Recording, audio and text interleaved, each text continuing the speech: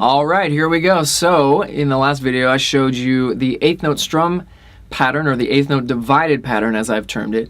And in this video, I'm going to show you the 16th note divided pattern. So in the same way that the eighth note divided pattern works pretty well for medium to faster songs, the slower that we get that tempo, the further apart our beats are, and that's why it becomes easier to fill more things in between the beats, right? That makes sense.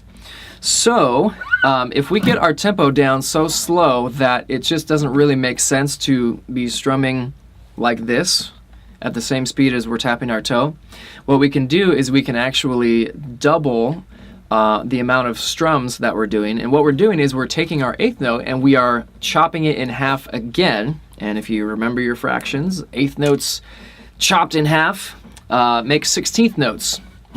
And so when we count 16th notes, just by convention in music books, for whatever reason, they count them like this: 1 E and 2 E and 3 E and 4 E and the reason why they do that instead of just counting up to 16, that wouldn't really make sense, is so you can still keep track of where your quarter note is, right? Because that quarter note is important because it is the beat. That is what we're tapping our foot to, and we definitely want to keep track of where that is. So if I take my strum and I divide it into that division, then I'm going to strum it like this. My tempo is going to be about here, 3, 4. So my 16th note is going to be 1 E and 2 E and 3 E and 4 E and so if I'm going to strum that, then I'm going to go down on the 1, up E and so it's going to be 1 E and 2 E and 3 E and 4 E and 1 E and 2 E and 3 E and 4 E and right. So that's at this speed right here.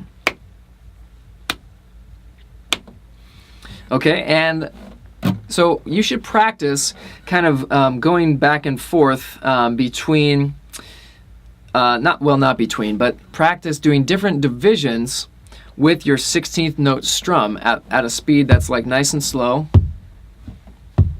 The next thing we're going to do is we're going to kind of practice doing different rhythmic divisions, but while we're moving our arm in a 16th note divided pattern. And what I mean by that is I can, as long as I keep my arm moving and nice and consistent, then I could strum a quarter note or eighth notes like this: 1 E and 2 E and 3 E and 4 E and 1 E and 2 E and 3 E and 4 E and if I wanted to strum eighth notes, that would be all my down strums, right? Because now my down beats, my quarter notes, and my eighth notes are both down strums, whereas in the eighth note strum pattern, the down, it goes down and then up on the and. But now we're going down, down like this: 1 and 2 and 3 and 4 and 1 and 2 and 3 and 4 and. So I'll go from quarter notes to eighth notes to 16th notes and then back. So it will go like this: 1 E and 2 E and 3 E and 4 E and 1 and 2 and 3 and 4 and 1 E and 2 E and 3 E and 4 E and 1 and 2 and 3 and 4 and 1, 2, 3, 4. All right, so that is how you can divide your 16th note divided pattern 3 different ways. That's 3 different ways you can strum it actually on the string. So we're going to do the same thing that we did with the eighth note pattern, and we're going to start pulling beats out in different spots to create that rhythmic pattern, or that strumming effect. So let's say if I pulled out we get into 16th notes, it gets a little bit ridiculous trying to figure out the different counts that you're doing, and I have to kind of write it out on paper. But basically, it's kind of something like this.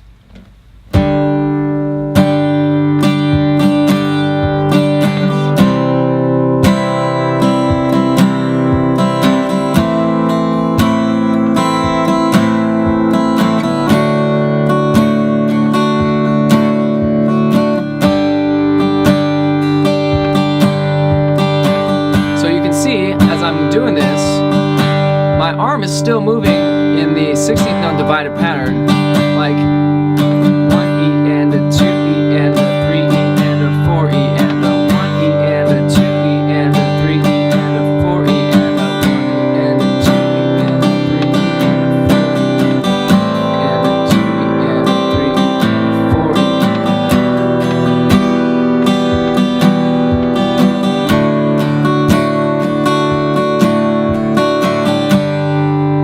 So you can see, you can create different effects and different variations just by the strums that you choose to include or not include into your strum pattern. So that is your 16th note divided pattern. What I would recommend in the beginning is both practicing with just kind of laying your fingers gently on top of your string so that they just go muted. And then practice strictly the rhythmic aspect of it, where you're just kind of set a tempo for yourself, or if you have a metronome, which is just a little device that keeps a beep or a click for you, you can kind of set that to a beat and then practice going in 16ths, 1E and a 2E and 8th notes, quarter notes. And one thing that I've seen students do all the time is as they're playing quarter notes, they'll do the lazy hand, meaning they'll go like this. And they won't bring it back up until they need it, which in reality works. You can get away with that, but what you lose in the moment is kind of that consistency, or rather the ability to include the strums at any given time. So this is what I call this is like the key. This is the key to good strumming, is that kind of consistent motion. It's basically the option to include any strum at any given time. So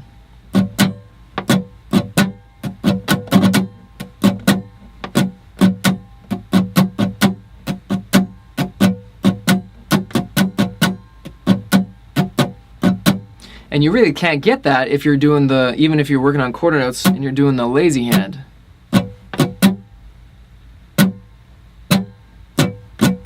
Or you can, but it's gonna feel really kind of herky-jerky when you're strumming, because you're gonna look a little spastic when you're doing it.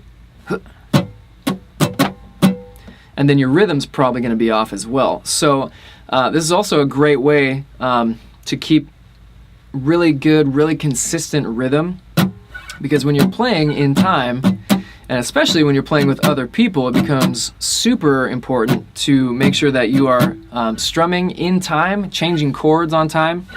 And a note about chord changing: when you start to change chords in a rhythm, I know at this stage in the game, your chord changes are probably still a little rough, a little choppy.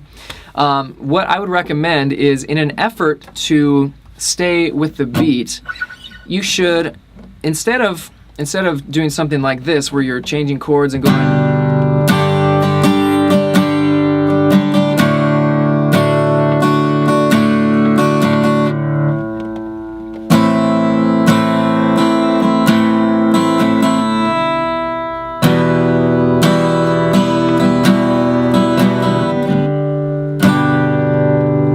to hear that kind of start-stop effect that you get when you have to kind of interrupt your strumming and your rhythm.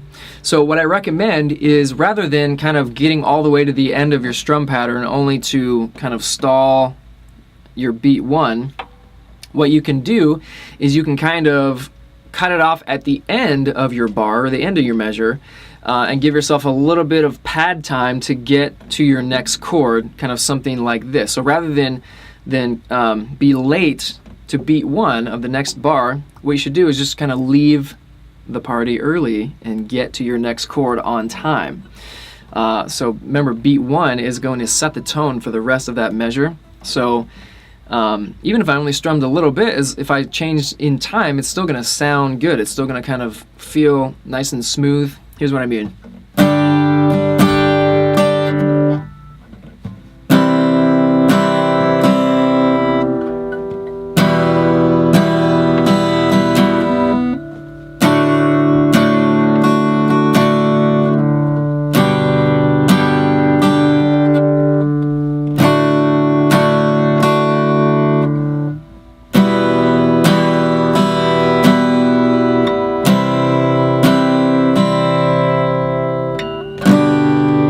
So do you see what I mean? Even though you're leaving your beat early and getting to the next one on time, the song still feels kind of continuous. You know, it's got that it feels smoother. It feels like you could still tap your foot to it, even though there might be, you know, this gap of silence or whatever.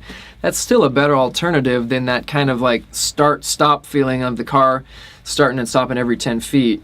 And the reason for that is rhythm is kind of like a train. And it keeps going whether you are on it or not. So rather than try to stop the train where you left off, which is kind of what you're doing when you do something like...